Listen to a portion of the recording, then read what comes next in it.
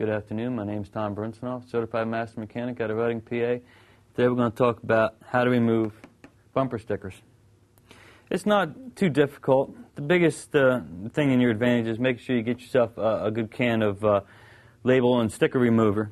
And this stuff is pretty nasty. You don't want to get this in your eyes, so the first thing you want to do is get yourself a pair of safety glasses. Make sure you put them on. They cost $2 or $3, a lot cheaper than the trip to the emergency room. A lot of these cans come with a little hose. Get that all hooked up. Make sure you spray it away from yourself. Just go ahead and spray it on there.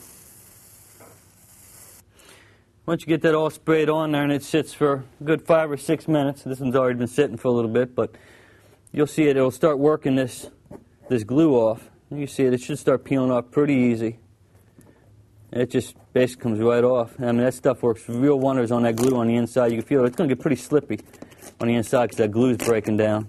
But once you get that corner going, it pretty much come off by itself. You got any stubborn, sometimes you have to do it 1 or 2 times, but when you're all said and done, just make sure you wipe this down with some good Windex or any kind of a water-based cleaner, and you don't want to leave that sit on your paint too long. It might end up fading your paint a little bit. But you know, in your worst-case scenario, if you got a sticker that's a couple years old, 3, 4 years old, it just doesn't want to come off.